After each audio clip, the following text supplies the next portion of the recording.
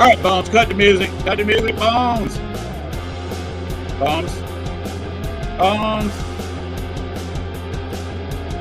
Music.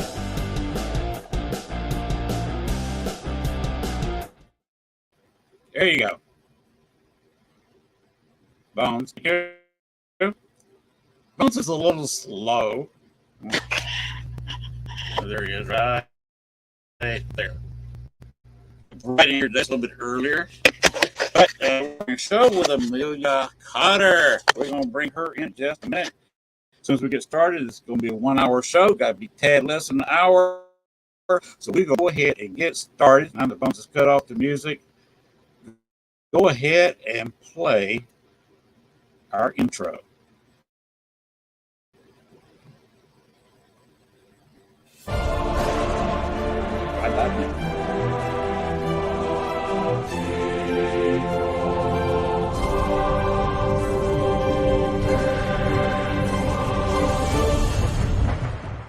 Warning, the following video contains strong language which may be offensive to some viewers and or inappropriate for children. The content within this video is intended for mature audiences only. Southern Fried Paranormal with Len Dorman featuring Bones. Catch us on Spotify, iHeart, iTunes, Spreaker, Facebook, Stream, and everywhere else you catch your podcasts. And of course, WLFE-DB.com. Now, from the backwoods of southeast Arkansas, right beside the Bayou Bartholomew, the longest bayou on the planet, broadcasting from downtown metropolitan Cane Creek Township, here is your host, Len Dorman.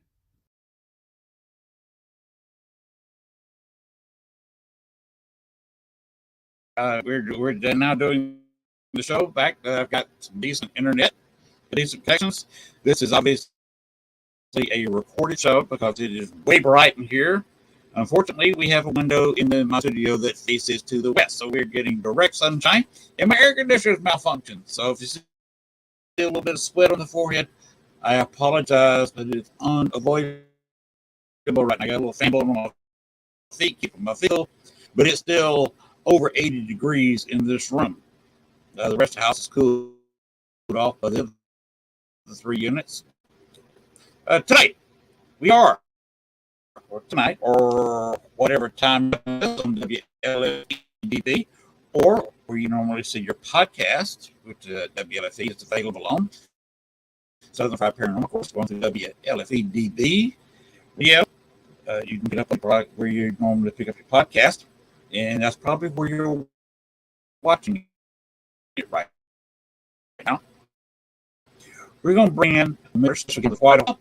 Her schedule is hard. She's kind of hard to get her. She is popular.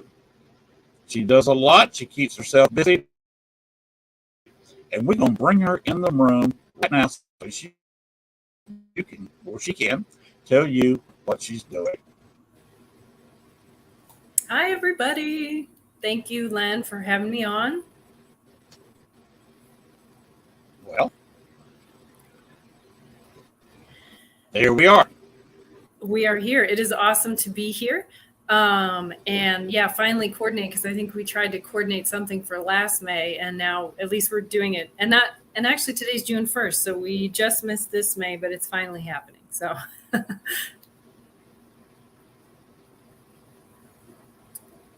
Yes. By the way, one thing I didn't talk to you about earlier, if you look up bayous, the longest bayou on the entire planet is the Bartholomew Bayou, or Bayou Bartholomew, whichever way you want to put it, that runs from approximately Pine Bluff down to a lake in more or less central Louisiana. that is so cool. I heard that it in the used intro, to be and I'm where like, the Arkansas River flowed, but about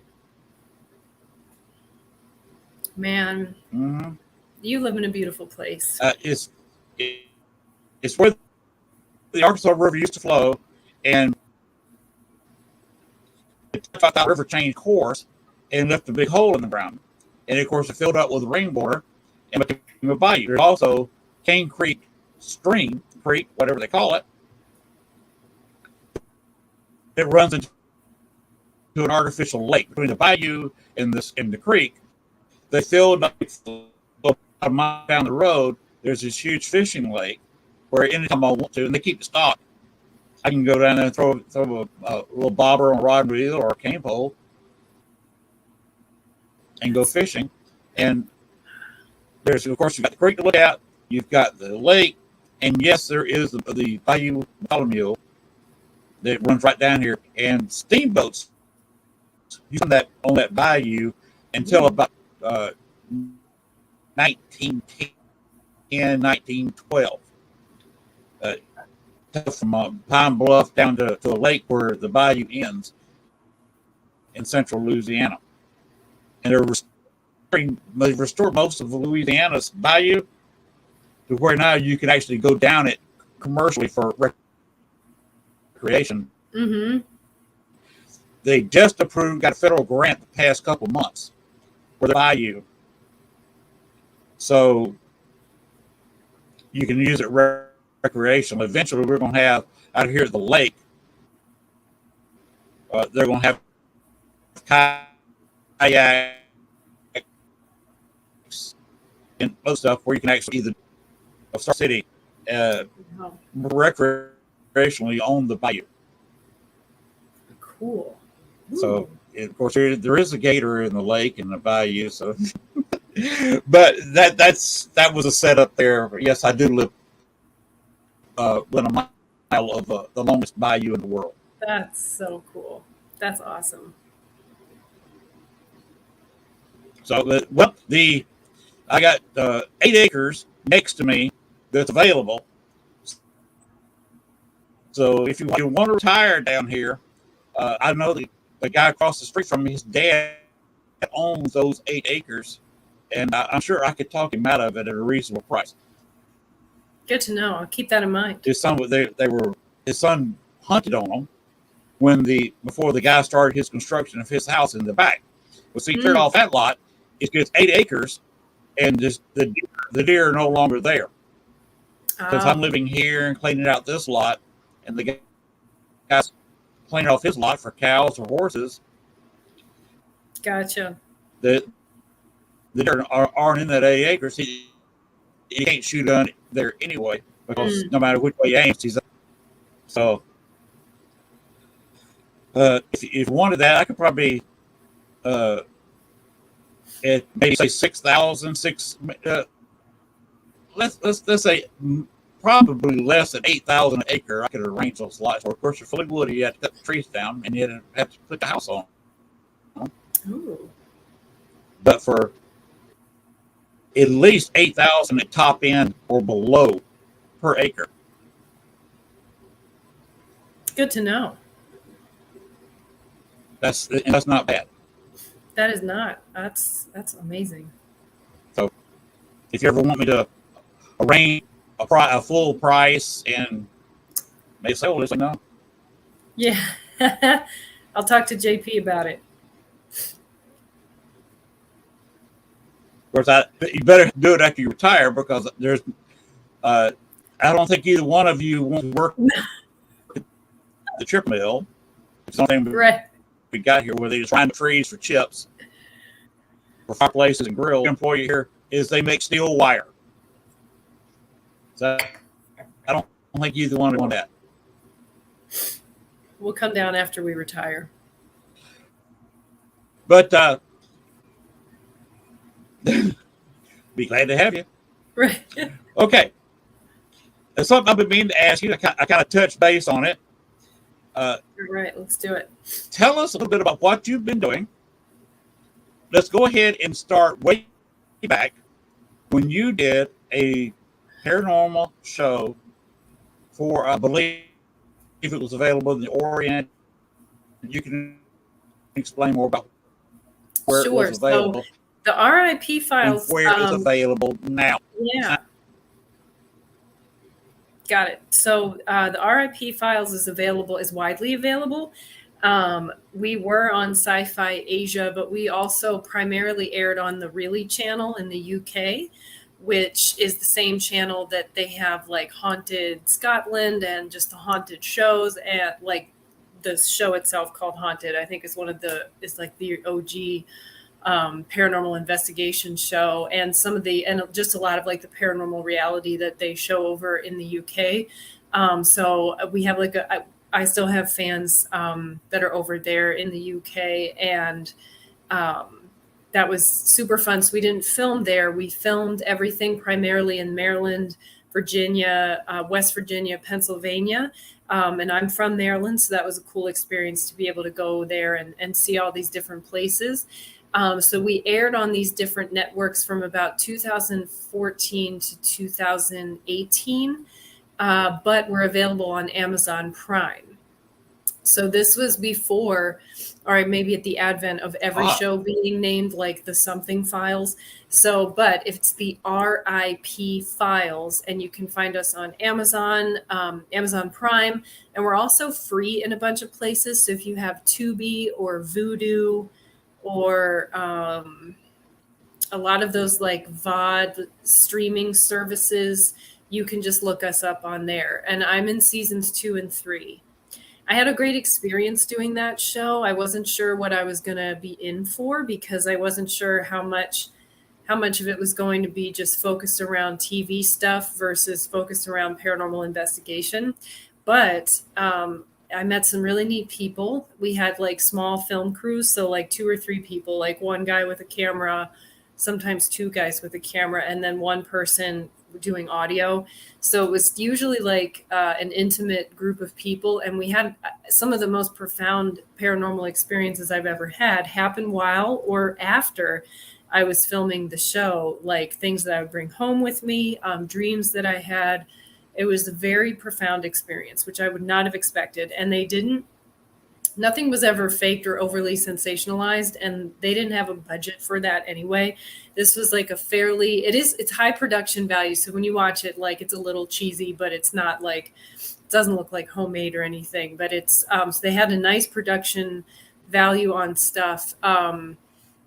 But it wasn't so, we would film in the course of one night. So whatever we got from like 8 p.m. to 4 a.m. was what we had.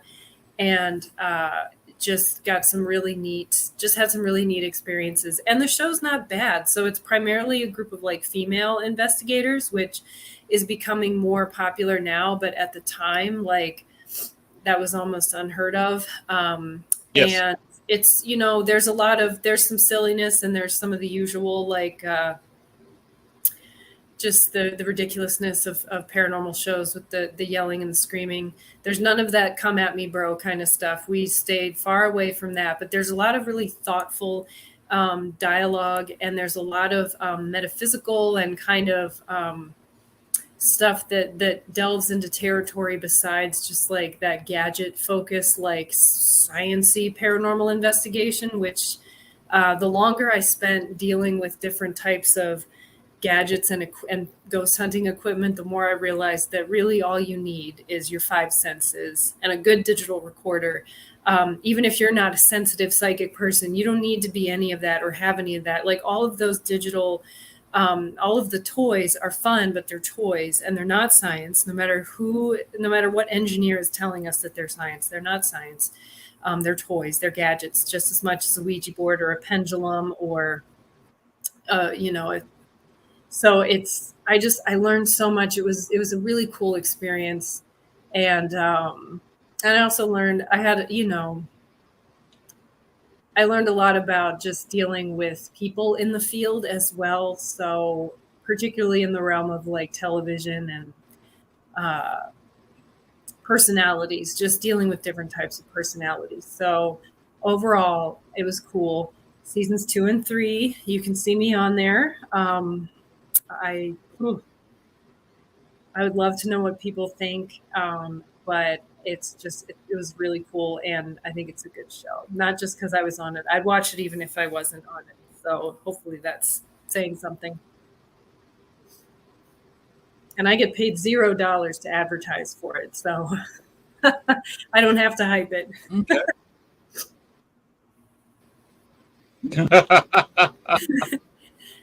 Wow. All right. You said that's available on Amazon Prime.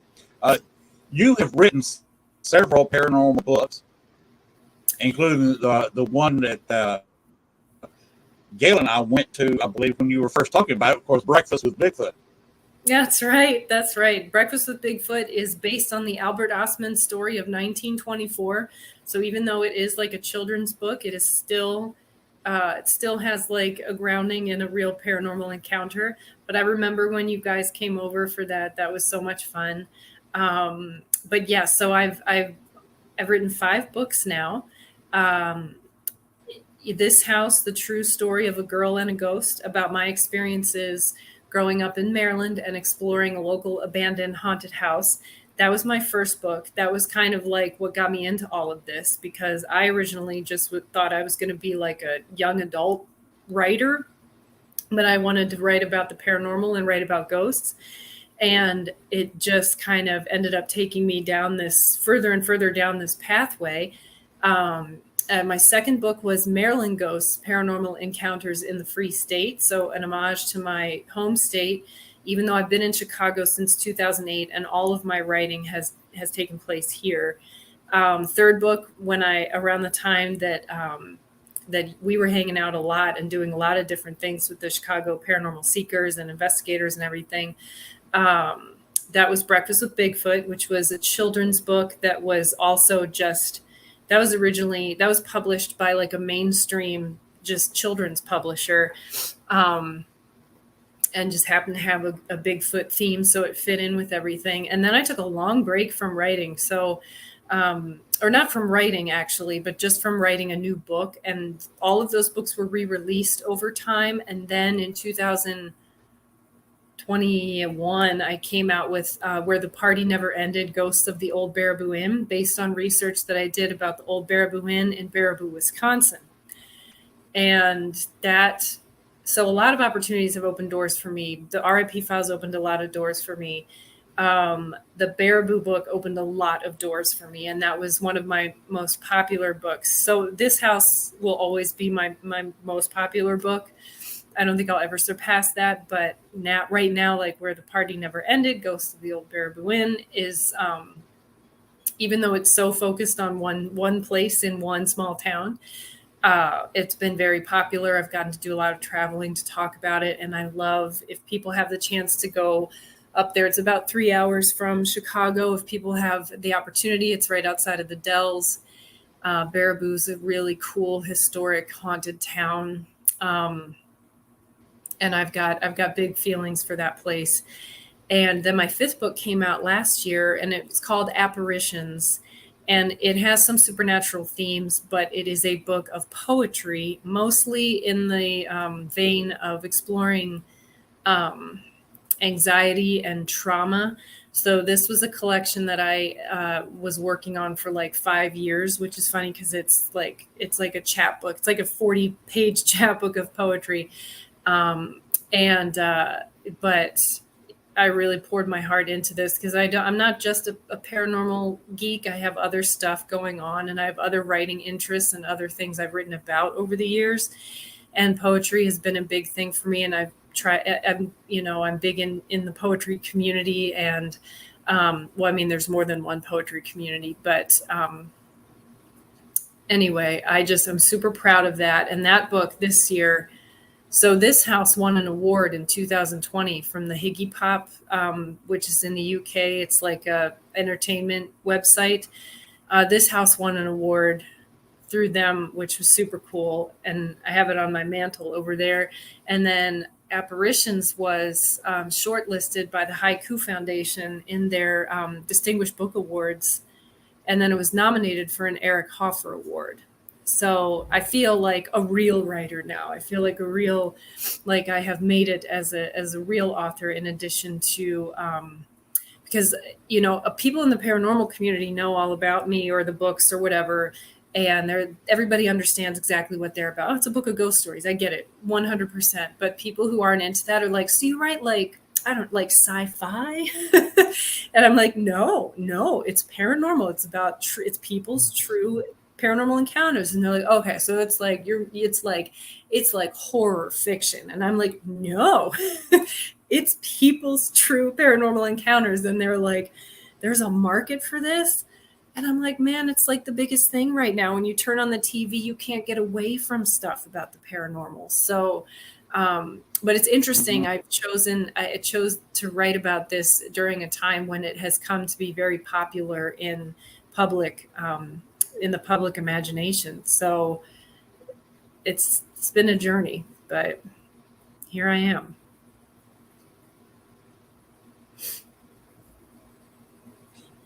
Have you got a new book coming out anytime soon, or you got something in the works? I don't.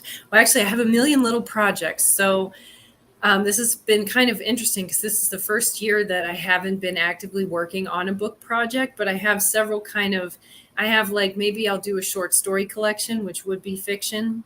I've also been collecting other ghost stories and encounters from my life that have been strange. So it would be a collection of true stories from my life, like a ghost hunting memoir type of thing.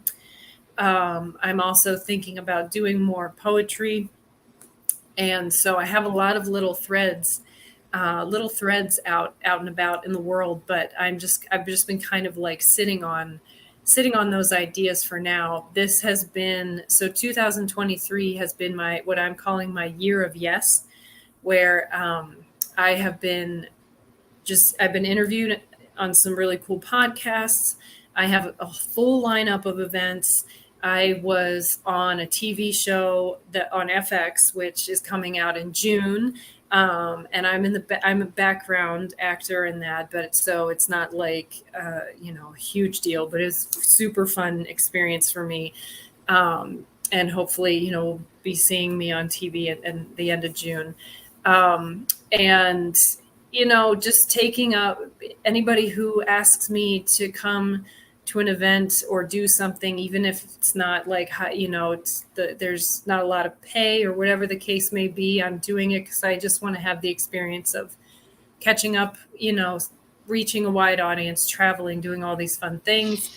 And then I think I'll regroup next year and sit down and start writing again. Like disciplined writing, so.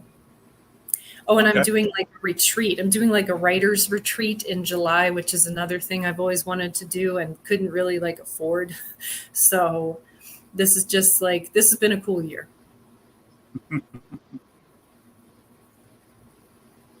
Are you going to Dale Kazmarik's Paranormal Con? I believe September, October? Yeah, so I think it's October 8th. And that was, so when we travel for stuff, so we live in the city proper, as you know, and we don't have a car. So it is an ordeal to do anything outside of the city of Chicago. So generally it involves renting a car, taking the Metro, doing an Uber, getting a ride from somebody, something like that. So a lot of travel is contingent upon things like that.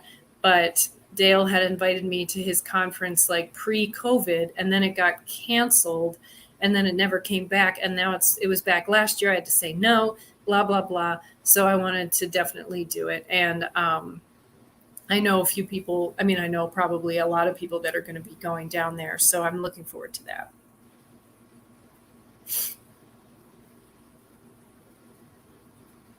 That's a haunted location. I wish I was in Chicago so I could get in there. Yeah. He has an investigation at night, so it would be fun if Gavin could be there. We can't. It's too far to walk from Arkansas. You're right. Yeah, totally.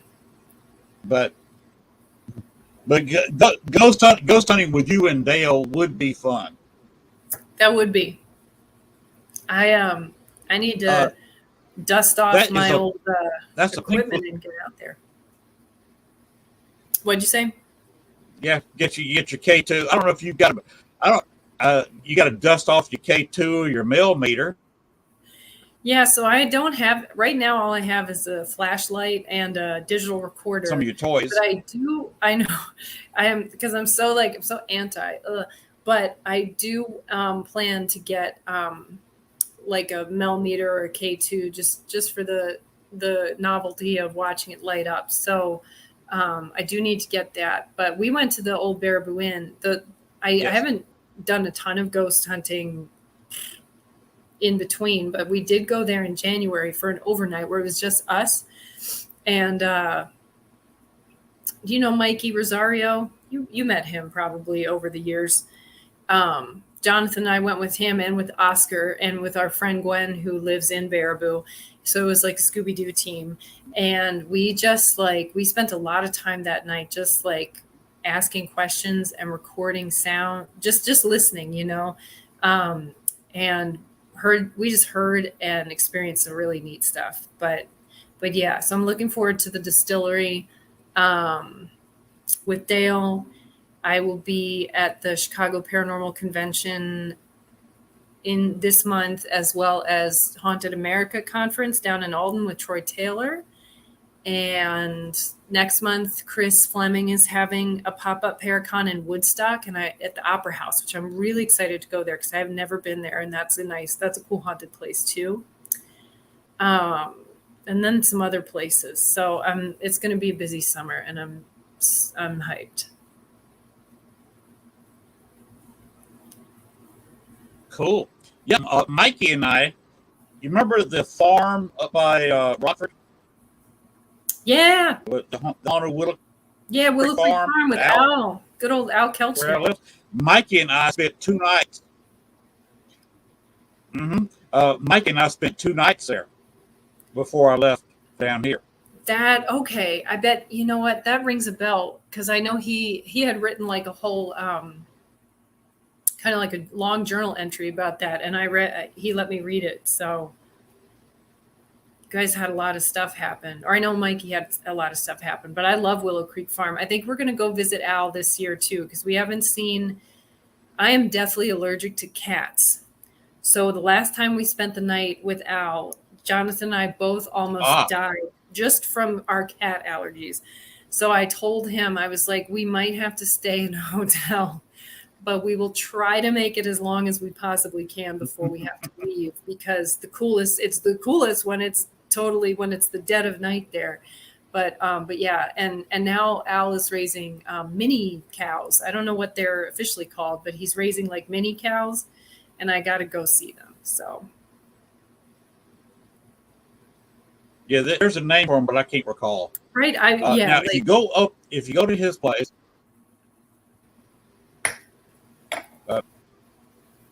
if you go upstairs, you remember he's got the lady who spends a lot of time with him. You know, I'm not going to get into that. But she's a very nice spirit.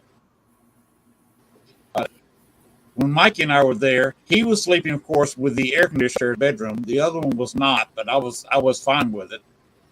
I didn't even crack a window. But we'd been up all night long.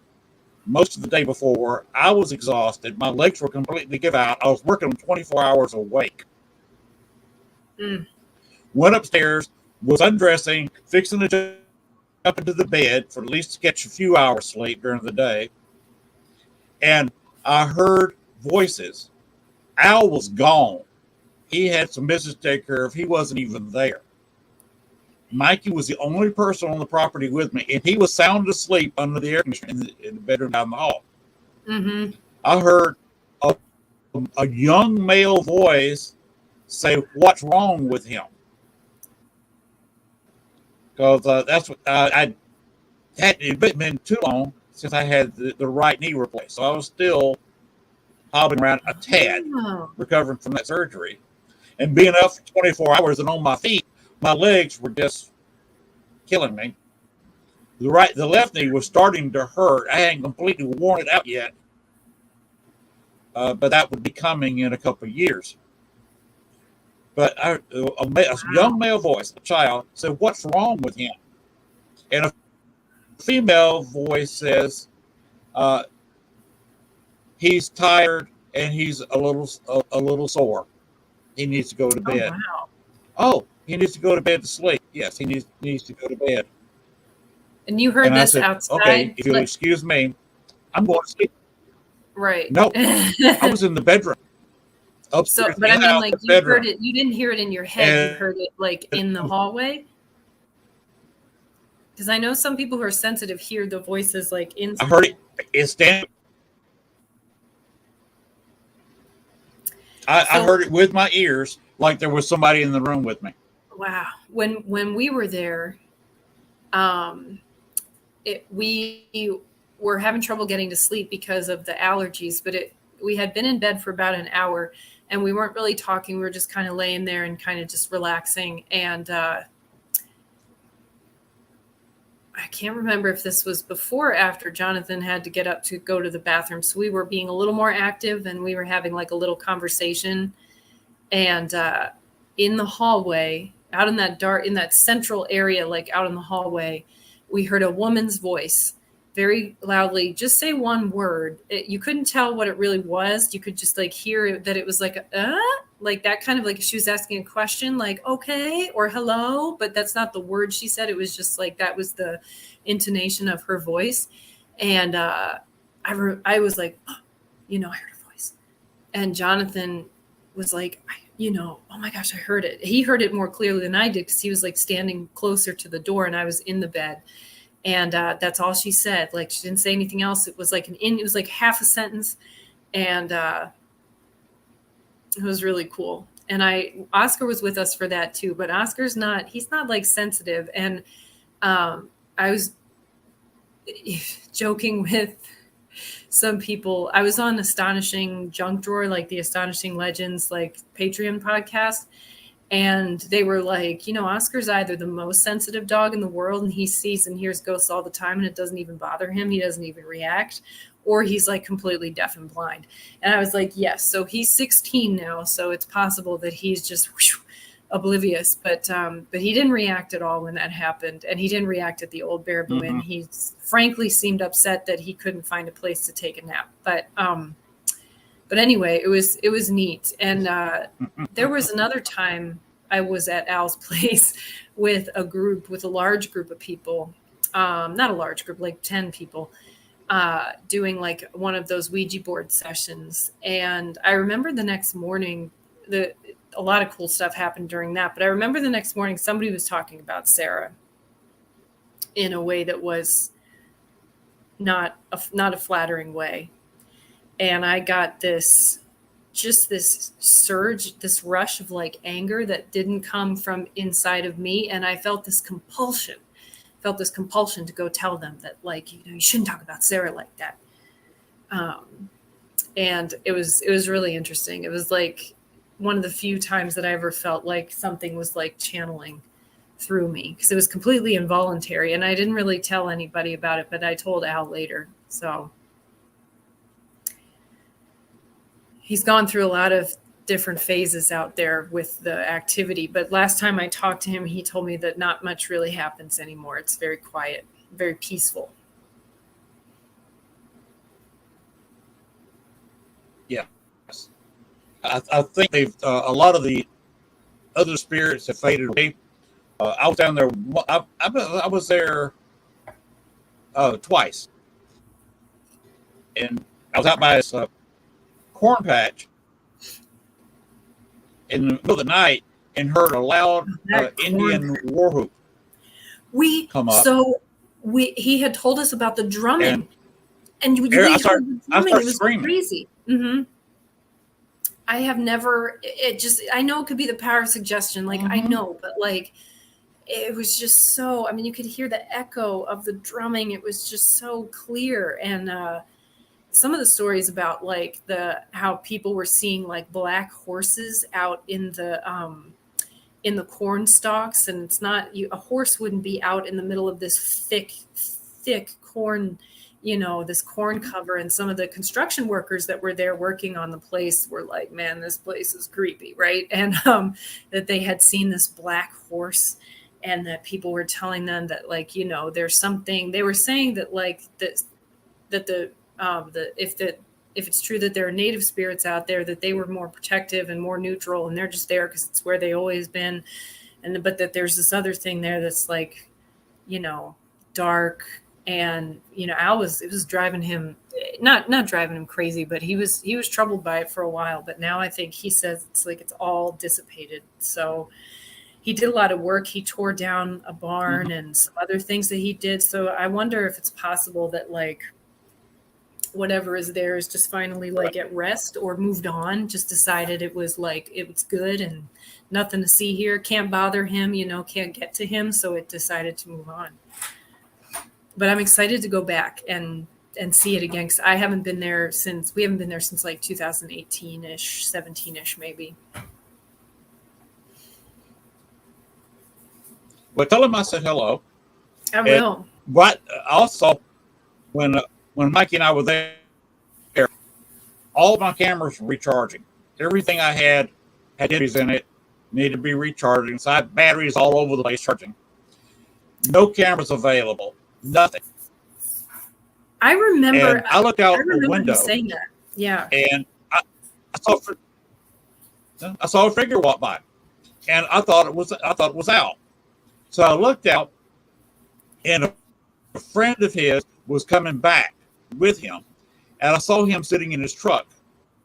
Didn't see Al anywhere, but there was a figure. It was a woman dressed all in brown, walking behind the house toward the end of the house, to the driveway that went outside the end of the house. That made like right all the hair stand up on my arm. Walk.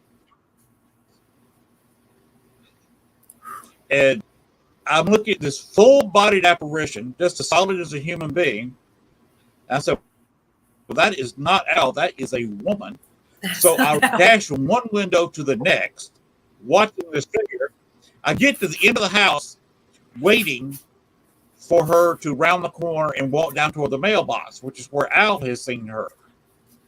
Here is Al walking up the driveway, about maybe 10 or 15 feet past his mailbox, walking up the driveway, and the woman completely disappeared while she was running around the corner because there was Al walking up toward her.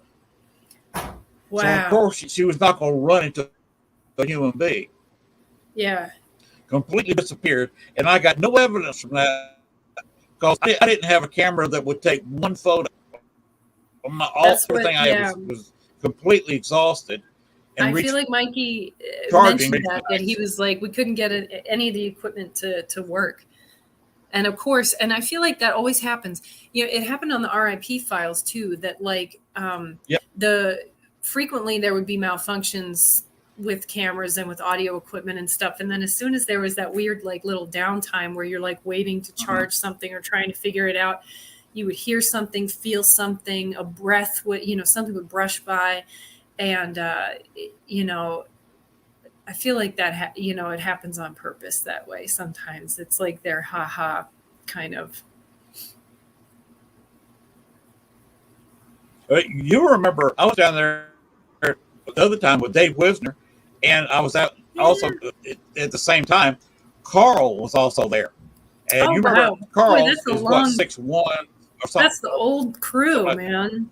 It's been a long time since I've seen either of them too. Yeah. That's who I was hanging out for a while. And a lot of times it was me and Carl and Wendy, Oh yeah. I'm not going to get into the drama of all that, but yeah. I was there with Carl and all of a sudden I'm standing in the open area in his living room, where the little Franklin stove is, that area. And Carl almost runs over me coming up from the basement because you need that little staircase where you go down into the basement. Yeah.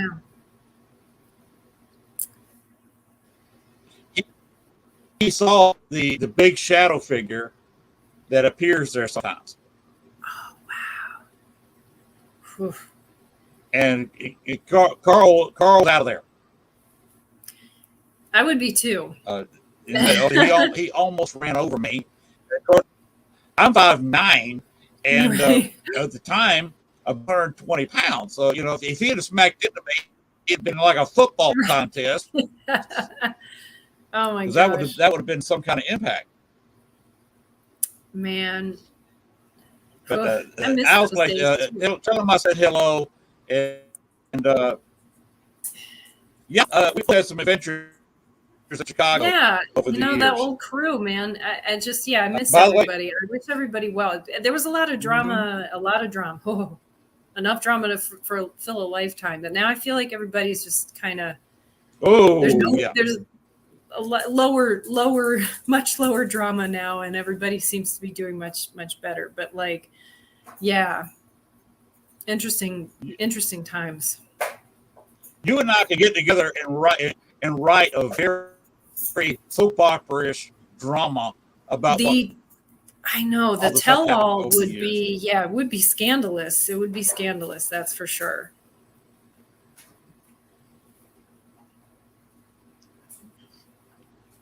We'd probably get sued. Yeah, right. I would, I don't know. I mean, I have good But feelings. I got fond feelings the for tell-all book would embarrass a 99% few of people. people, right?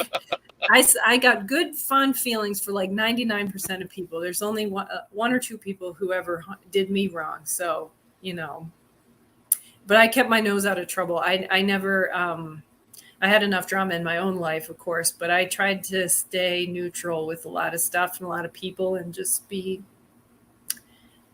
focus on trying to be professional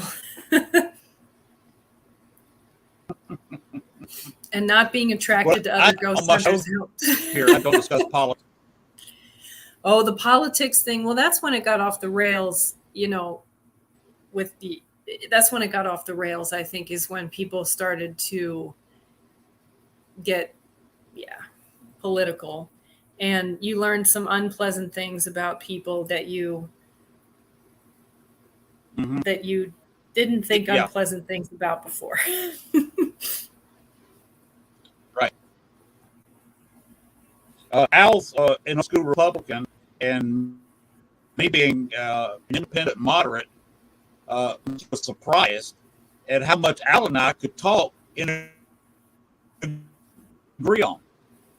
Yeah. Because he heard Al and I discussing one of the afternoons about politics, and he was saying, "Okay, it's going to be bad," but we talked about it, which is the way it's supposed to be. Yeah. Yeah, exactly. Just right. Letting differences be differences, and I'm a moderate, and I don't disagree with anybody that highly, either way, left or right. So I stay out of that drama. But there was a lot of drama, and I wasn't involved in it because I was happily married. You're right. Yeah, exactly. Well, that's, at least I was, saying like, at least I was never, when I was single, I wasn't attracted to other ghost hunters. So that was never a crowd I would have gone for if I needed romantic drama. I stayed out of that. So that was good. And, I don't know, the political stuff. Like, I grew up in a very conservative world, but I live in Chicago now, and I'm like pretty liberal, pretty progressive, but not to where I don't see where people come from with things, though. Like, I understand where thoughts and ideas and feelings are generated from, because I grew up around it so much. So I'm pretty in the middle too. I think people expect me to be more So, like, when you and I were talking before we were recording about like how you're like from the big city and everything, and so people expect that I'm like, oh, you're from the big city and everything, and you must be a certain way, and I'm like, I grew up in Bel Air, Maryland. Like, I'm definitely a city person now, but like, I haven't forgotten. I'm still Amelia from the block, so. Well, my hometown is Columbus, Georgia. It's not that small. When I was born, Columbus, Georgia was 35,000 people, if that. It may have been closer to 25,000. I saw it get bigger. Then consolidation, where they combined city and county governments, was the county was the city and the city was county, which got the population up to about between somewhere between 50 and 60,000. Then I saw it grow. I was in the JCs. I was helping grow. I was doing public service projects, and saw it go to top out at 100,000. And before I left, I know it was about 150,000. And now that I look back at it, the latest census had my hometown just short of 200,000 people. Man. That's how Bel Air is. It started off as little tiny like farming town. And now it's a huge, it's like a big cookie cutter suburb type of place now. It's like huge. Yeah, Columbus is kind of on its own, being 100 miles from Atlanta. It's not a suburb of there. And takes over the whole county. Of course, they've had their share of drama. They just changed Fort Benning's name to Fort Moore, which I'm glad to hear. Nothing against Benning, which was a Confederate general. I'm not going to get into that. But Colonel, retired General Moore, of course, was the Lieutenant Colonel Mel Gibson played in the movie We Were Soldiers. Gotcha. Fort Moore is named after Colonel Al Moore, right? Gibson's character in that movie, which I think is a great thing. The family is very happy. Yeah, and, absolutely. I wish them luck with the name change. It's going to be hard for me after calling people freak out about that stuff all my life. That's about Fort Moore, right? If you look up Monticello, when you got at the north of Monticello, they do have a university there. If you ever wanted to come down here and be a teacher, you could probably get on with your history of book writing as teaching a writing class or something in a small little. The town has I think they're 18,000 people. They've got a Walmart. It's not a super Walmart, but it's a Walmart. I'll take and it. About anything else you want. They also have the Allen House. You talk to a professor, Spencer, who's obviously a professor at that college, who owns the Allen House and has actually written a couple of books on the spirit that's neat. That haunts the Allen House. So it's an interesting story. So look up Monticello and look up the Allen House. Yeah, I will. That's cool. You would have a lot of fun in Monticello. You could pick you up at one of the older, bigger houses. Not like Spencer did. He's barely able to afford it. But the Allen House has hosted 3 different paranormal shows. Oh, cool. Oh, I'll check that out. I'll have to look that up then. I mean, both Monticello and the Allen House. They were from the first episode of the Ghost Brothers. If you look up the Ghost Brothers, season 1, episode 1. Oh, cool. Oh, yeah. They were at the Allen House. Right. Bad. So that's the place you look up, and if you came to Monticello, you would probably not even go back to Chicago. Right. Well, we get sucked into these little towns. Whenever we leave the city, we're like, man, I could totally live here. So I don't know. I mean, we're gonna see in the next 10 years or so where we end up. It was not my intention to live in Chicago my whole adult life, and I do love it here, and I love our life here, and all the wonderful things that have happened. But I do want to I do want to experience life somewhere else too. So we'll see where we end up. Well, you did the same thing I did. I was down in Georgia. I lived a little bit in Florida, but mostly in Columbus for over 4 years. Then lived in Chicago for a little over 14 years. and now I've been down here for 7 years. So I've lived in three different locales, three different, very different states. Right. Yeah. And I have absolutely no regrets at all. Right. I experienced a mid-sized city, a big city, and now I'm living out in the country outside of a very small town. Yeah, that's awesome. That's cool. Yeah, you've had it like a little bit of everything. That's what I want to do too, you know. Yes. My parents live in York, Pennsylvania, so when they lived there the whole time I was in college. So I did sort of live, not sort of, you know, sort of lived in like Red Lion and York, PA, out in like Amish country, which was a neat experience. Jonathan's parents are in South Florida, which is sort of, when you're there, you sort of feel like you're in like a fantasy world.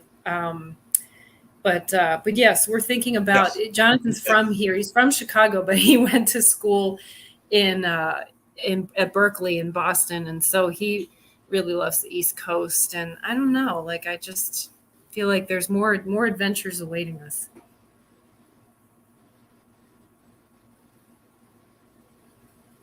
Yeah, there's a lot of world to look at. And by the way, we live from our front porch. We can get in our car, go the speed limit, and be standing on Bourbon Street in 6 hours. Stop. All right. You're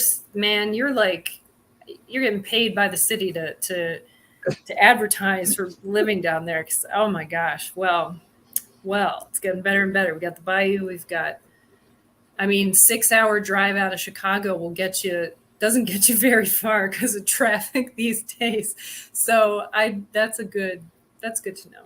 With the traffic there, it takes you 2 hours to get out of the city limits.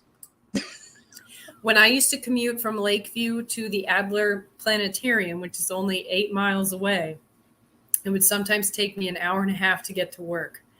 So, yeah, I'm amazed when we go back home or something and drive like from York to wherever, halfway into the state of Maryland in the same amount of time that it takes to go 8 miles here. So, yeah. Mm-hmm. We tell people in Chicago, I said, okay, the best hospital is in Pine Bluff, and it's about 30 miles from our house. We can get there quicker in driving 30 miles than we could get to a very good hospital in Chicago, which is only 10 or less miles. It would take us about an hour to get to nearby that hospital, where we can get to the one in Pine Bluff, because we're mostly doing 60, 70 miles an hour from the speed limit there. And it doesn't take very, very long. Yeah. I know. We can get there pretty darn quick. Oh, and look up, if you want to look up something interesting, look up Poverty Point. Poverty Point. Ooh, that already sounds intriguing. Poverty. Let me write that down. Like poor folks. That was just the name of it's called Poverty Point. That was the name of their plantation. Oh, interesting. They started farming, growing cotton down there before the Civil War. It also has a huge Indian mound there that dates back, maybe it could be 2,000 years BC. Okay. Oh, wow. And that's only a couple hours south of here. Gotcha. I'll have to check it out. East of Monroe, Louisiana. Got it. It's there's a burial there for on one of the old Indian mounds. They used it for cemetery during the plantation days. And I believe it's called Sarah's Mound. She's buried there. There's 2 marked graves and several graves that are not marked. And I was down there trying to communicate with Sarah, and finally got her to talk, which she thought was very strange. Nobody ever tried to do that with her before. But I got her husband to say one line. And I got this recorded. He says, "You're standing on my grave." I love that. That could not be any more clear and direct. So That's I like love it. he was there in the moment with you and able to, he knew exactly what was happening. That's really interesting. Wow. Yes. So I got that from inside the property point. They do have a tram that takes around all months. All right, we got 5 minutes. We got to get off this thing. Oh yeah. So we've had a lot of fun. I know. Now you said you wanted to kind of hold it to 1 hour. So unless you want to do another hour or at least 30 more minutes, we got to call it quits in about 3. I can't go for another hour, but this was a super fun hour. And also just for the audience to know, the first time that we've had the chance to catch up in like 8 years. So super cool chat. Yes. All right. Anything you'd like to, you said most of your stuff is available at AmeliaCotter.com. They can keep up with you there. Yeah, so you can find. I'm assuming all your books are available at Amazon. Yes. AmeliaCotter.com is where all the magic happens, where you can see all of my upcoming appearances, past appearances. I do have a store, and you can order my books through there, as well as our Dragon Goddess Boutique items. My husband and I create different incenses and solid perfumes and things like that as well. Or if you can go to Amazon and find my books there. I have an Amazon page, Amelia Cotter. As terrible as Amazon is, I love it when people order from Amazon because it helps with my ranking, and sales and all that good stuff is really good for authors. So definitely go check them out there. I love to hear from people. I'm on social. I'm on Facebook, Twitter, Instagram. I have a YouTube channel. It's nothing super special, but you can see all of I cache all of my, past interviews and stuff there so people can watch that. And I just love it. I love to hear from people and keep up with people and everything. And so hopefully I will see folks at an upcoming event and or online. So thanks again for having me on too. All right. We'll have to do this again. I know. Yes, definitely. Just to catch up. We have a kind of a lot of history together. We spent several years in Chicago hanging out with the same group of people. Lots of fun stories. That was the heyday. Yeah, that was the heyday of one more thing about living down here. Yeah. It's not too far north, just across the Louisiana line of where Bonnie and Clyde were killed. Oh, wow. Oh, there's so much stuff to see down there. That would be such a fun road trip to just do all these places we're talking about. One of my next investigation spots. Oh, wow. Oh, I'm excited to hear about that. There's a hotel in North Arkansas, and all the way across state, Oklahoma and Missouri, is the Pea Ridge battlefield, which is a pretty major, not as big as Gettysburg, but pretty major Civil War battle. Mm-hmm. That's right. Oh, wow. What a neat place. So I've got things to look at. All right. We got to go. Let me get hold of the intro, and it's almost too late for that. All right. I got to shut it down in about 30 seconds. So okay. Good night, and thanks for being here. And we will do this again. All right. Sounds good. Bye, everybody.